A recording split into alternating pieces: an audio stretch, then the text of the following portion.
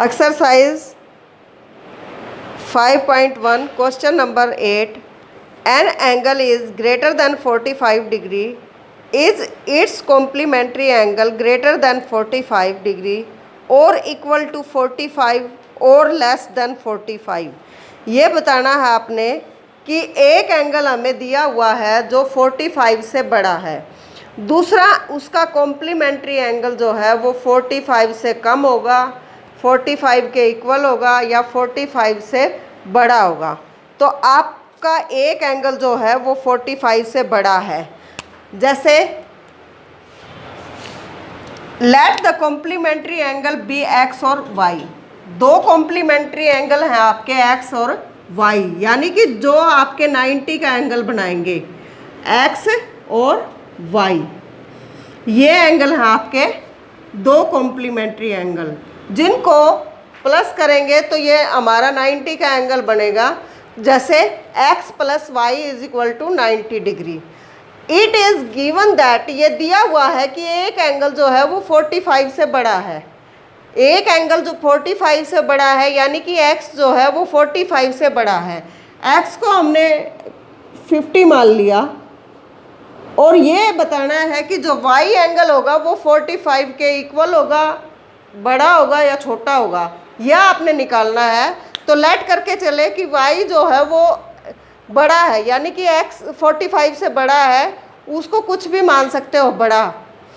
तो इस तरह से आपने क्या किया, दोनों साइड y को ऐड कर दिया, x के अंदर y ऐड किया, यानी कि आपकी इक्वेशन ये है, इसके अंदर आपने y ऐड किया तो x प्लस वाई दोनों का सम हमारा क्या हो गया 90, और वो क्या है, छोटा है 45 प्लस वाई से, क्योंकि y जो एंगल है वो छोटा एंगल है किससे, x जो है वो 45 से बड़ा है, बड़ा 47 भी हो सकता है, 50 भी, 55 भी। तो y जो होगा वो छोटा होगा क्योंकि दोनों का सम जो है वो 90 डिग्री होता है कॉम्प्लीमेंट्री एंगल का। तो 90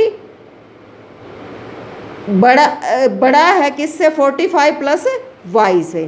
तो इस तरह से 90 माइनस 45 जो है वो दोनों के y से क्या है, बड़ा है।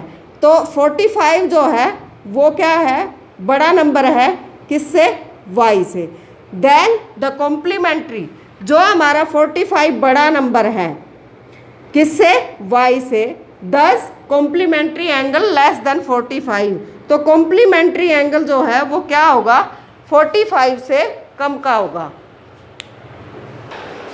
Question number 2, in the adjoining figure, आपको फिगर दी हुई है, ये फिगर है आपकी ए बी और सी डी, ये लाइन है, ये लाइन जो है ये एंगल बनाती है, ये एंगल 1 है, 2 है, 3, 4, और ये पॉइंट आपका क्या है, ई पॉइंट, पॉइंट ई।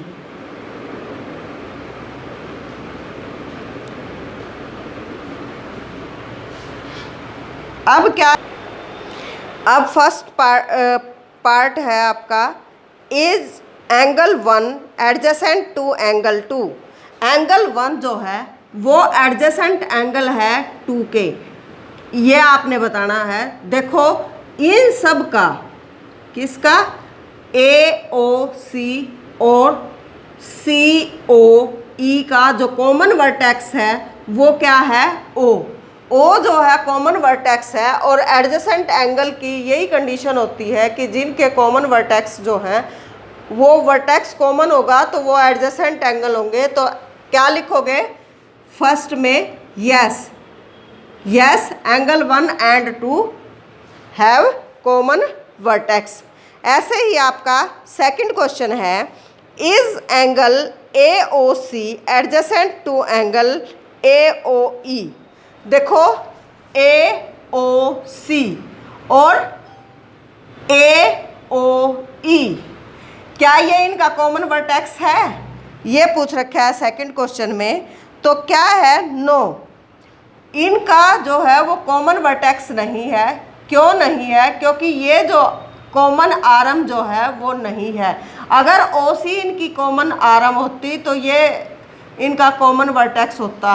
OC जो है वो कॉमन आर्म नहीं है, तो इसलिए आप क्या लिखोगे सेकंड में, नो। 9th का है ये आपका फर्स्ट और सेकंड पार्ट। अब है question number 3, do angle COE and angle EOD from a linear pair COE। देखो COE कौन सा है, COE और COD। COD क्या ये लीनियर पेयर में है? देखो लीनियर पेयर क्या होता है, एक स्ट्रेट लाइन पे जो एंगल बनते हैं वो होते हैं हमारे लीनियर पेयर। देखो यहाँ जो है ये हमारी CD जो है एक स्ट्रेट लाइन है, तो इस पे ये 180 का एंगल बना रहे हैं, इसीलिए क्या है ये लीनियर पेयर में है। तो थर्ड में भी आपका क्या आएगा, yes, yes they are in linear pair. Answer क्या है आपका, yes they are in linear pair. फिर क्या है 4th question, are angle BOD and DOA supplementary.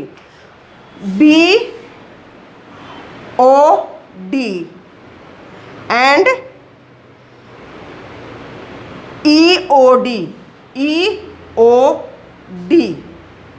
क्या आपके ये सप्लीमेंट्री एंगल हैं? BOD यानी ये 4th एंगल और plus DOA, D part DO और A ये भी सप्लीमेंट्री हैं। क्योंकि ये भी क्या है अपना एक 180 का एंगल बनाते हैं। क्या है, स्ट्रेट लाइन के ऊपर 4th और 5th जो है एंगल को प्लस करते हैं तो 180 का एंगल आता है हमारा, ये टोटल एंगल 180 का, तो इसलिए क्या है ये भी एक सप्लीमेंट्री एंगल है। तो आंसर क्या आ गया आपका 4th का, यस, 4th का भी क्या आंसर है, yes. Is angle 1 vertically opposite to angle 4?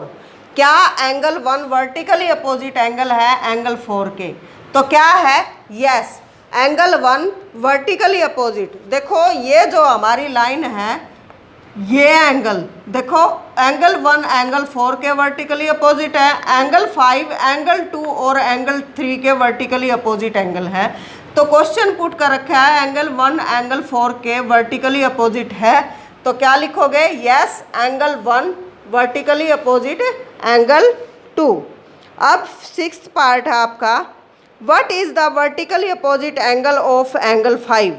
Angle 5 का वर्टिकली अपोजिट एंगल क्या होगा?